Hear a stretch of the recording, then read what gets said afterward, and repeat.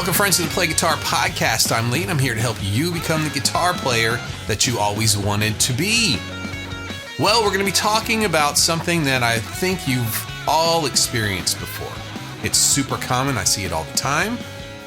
For years in my teaching with my coaching students, I see it just people playing out in open mic nights and band nights. That's people get stuck in pattern 1, the pentatonic scale pattern 1. 1 4 1 3 1 3 1 3 1 4 1 4. Have you heard of it? Have you tried it before? Why do they do that? Why do you get stuck in that? Why do people just favor that all the time? Well, it's because it's the first pattern everyone teaches. You get it, you start to learn it, it starts to sound good pretty quickly, and then you hit a wall. I wonder why that is. You stay in that one shape for years, even decades. Never feel confident moving somewhere else. Yes, you learn all the patterns. I'm sure you've been through all of them. But when it comes time to really play, are you using them? Are you using pattern 3 in the pentatonic? I don't think so. Pattern 1, right? Well, because I can say I'm in A, I can I can play it at the 5th fret. And I can play it up at the 17th fret. So I got a low one and a high one. Same thing, right? So there's a real reason that this happens. It's not someone's talent level or motivation. It's not how much they know. It's that nobody explains the structure behind how these patterns connect and how you can get to the good stuff no matter where your hand is, no matter what string you're on, especially finding those strong notes that makes those transitions from pattern to pattern feel natural. Have you ever slid into another pattern and you slid right into a weak note when you needed a strong one?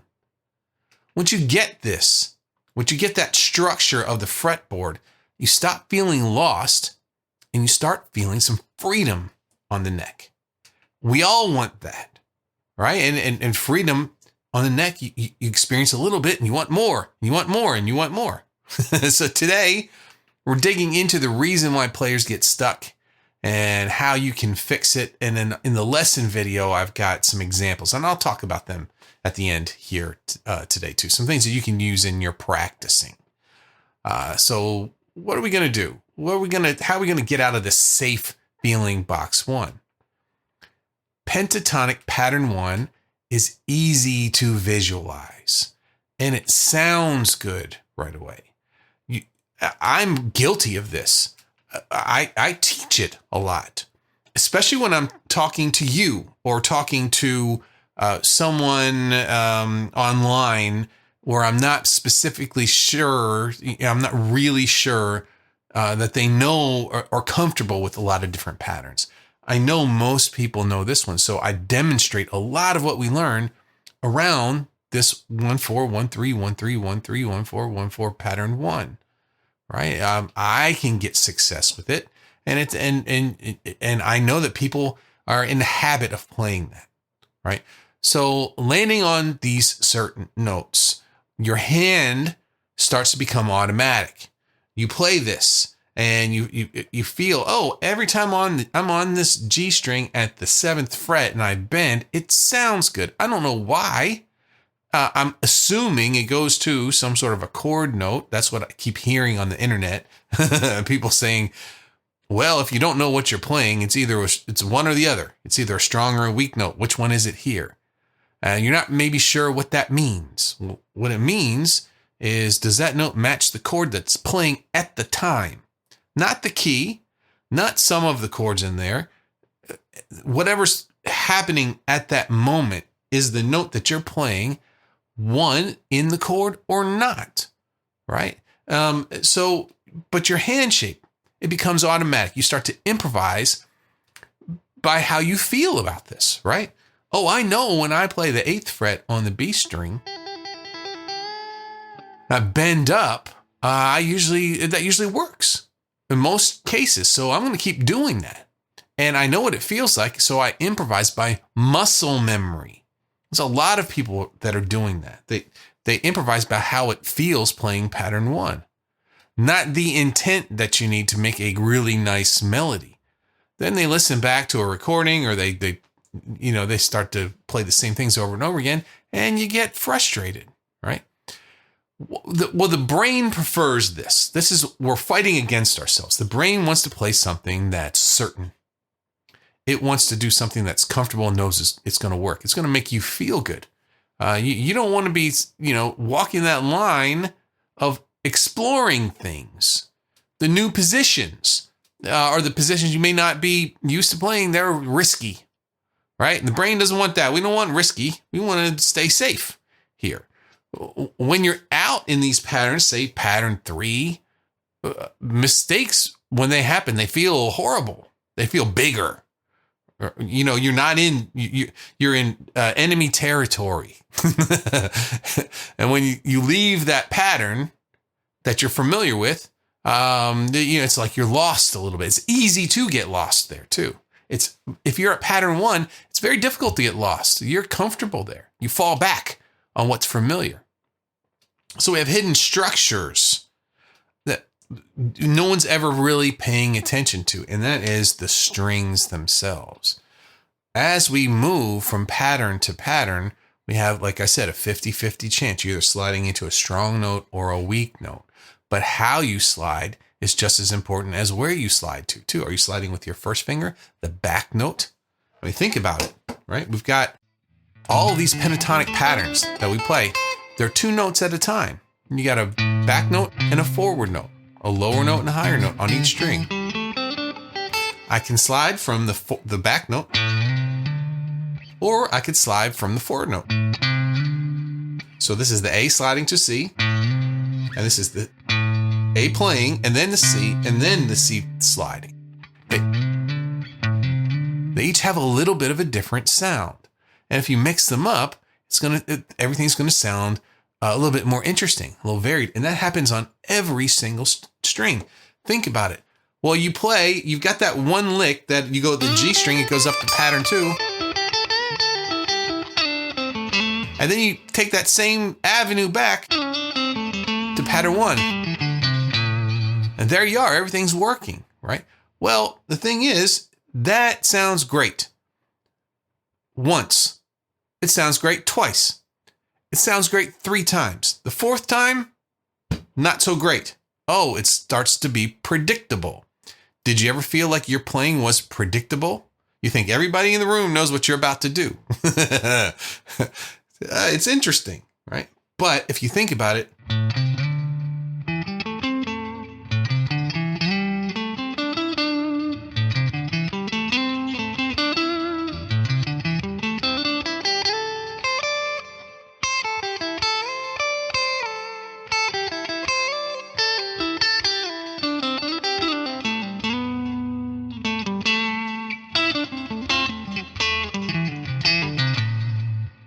if you're listening on YouTube, you'll see I was moving back and forth, sliding in and out of pattern 1 and pattern 2, and getting licks in pattern 2 that I couldn't play in pattern 1. That's another thing you're going to learn as you start to open up the fretboard and play. There's the way these patterns are laid out. They have certain things that you can only do there. This one here, pattern 5. Let's see, where's it? This is a 1-4-1-4 on the 2 middle strings, on the A and the G strings. These are the same notes as the high notes on your pattern 1, the 1-4-1-4 on the top that everyone uses. I can just go down there and play the exact same lick an octave down. You could do it on the A and D strings starting at the 7th fret. Has a different sound here, though. The windings on the strings, the thicker strings, give it a more mellow sound. So I can choose from all of these things, sliding in and out of patterns as I go. So these strong notes that we slide into, this is an A.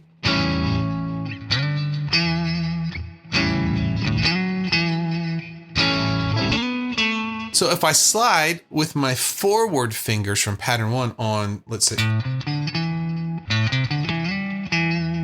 on on the A string, my E note, which is a strong note, is sliding up. If I use my third finger on the 7th fret, slides up to the 10th fret. That's the next note in pattern 2. We get a weak sound.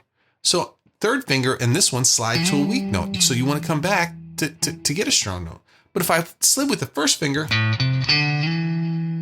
now I've slid into the E, which is the 5th of A. Every string, the point is that, there's 5 patterns, 6 strings, a million different ways that you can move back. I'm exaggerating, but there's a ton of different ways you can move back and forth. But knowing which finger to pick to slide so it lands on a strong note is going to make your playing sound solid and intentional. And this is what I want for you. I want you to be able to move from one pattern to the next on all of the strings. You're just playing along, jamming along, and all of a sudden you just, hey, I was on the B string. I thought, hey, I'll go back to the first pattern. My first finger went right back to it.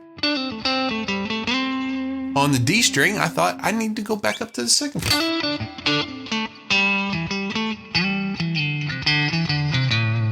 The being able to move freely on every string back and forth between patterns is one of the ways you're going to open up the fretboard. That and arpeggios, which we'll be talking about a little bit later on. It's going to help your blues playing. It's going to keep you from being stuck, keep you from being limited. You're going to understand the fretboard better, and you're never going to be lost on the fretboard here. So if you take a look at my lesson video, and I'm going to show on the podcast here, this as well. I have a little sheet. I'm going to put the sheet in the academy for our training center. That's what it's becoming over there. Where I'm adding a training element to the academy. And what we have here is a group of exercises that's going to help you move from pattern 1 to pattern 2 on every string. The first one is using the first finger to slide back and forth on every string. The second one is using the third finger to slide back and forth. And the third exercise is doing both. It's a same string exercise. You go up and back using the first or the third finger there. And it's mapped out for you here. So I'll just play a little. Check out the YouTube lesson video for the full thing, but I'm going to do a little bit for you here. So I'm going to take my first finger on A minor pentatonic pattern 1, 5th fret, and I'm going to slide that first finger up to the pattern 2. The next note there is the 8th fret. So first finger 5, first finger 8. Now I'm going up to 10 with my third finger. And I made a little lick of it. I'm going to take that same idea and move that across strings. So that's sliding up with the first finger and then going up. Let's see. 1, 2, 3, 4. Going up 4 more after the slide. So this one's on the A string. 5 to 7 with the first finger. And then I'm going 10, 7, 10, 7. So we had... Start to see what's going on. We're moving each string. So now I'm going to go to the D string, 5th fret to 7th fret, first finger slide. Well, I'm in pattern 1, now I'm in pattern 2.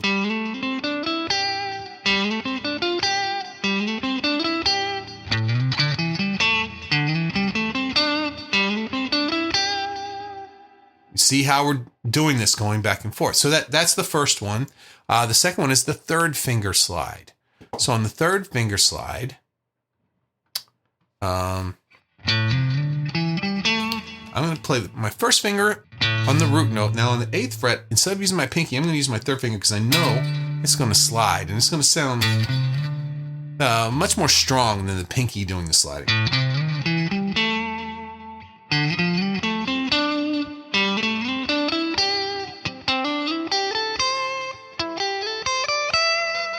I just did that same idea going all the way across. This was sliding with my third finger.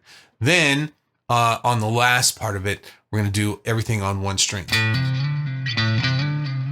First is the slide with the first finger, 5 to 8. Then third finger on the 10th fret. Now I'm going to go back to the 8, go back to the 5, and start again, but this time slide with the third finger.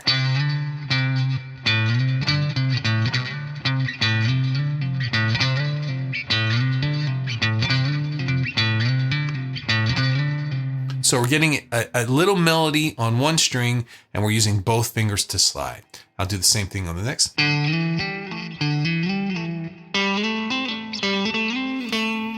And so on, back and forth, back and forth. And I'd love for you to check this out. I think this is going to help you moving between patterns. Now, this is just for pattern 1 and 2, but you can take this idea and do it in every pattern, getting used to sliding back and forth on a single string to move you into a different place of the guitar. This is my call to action for you. I want you to do this stuff.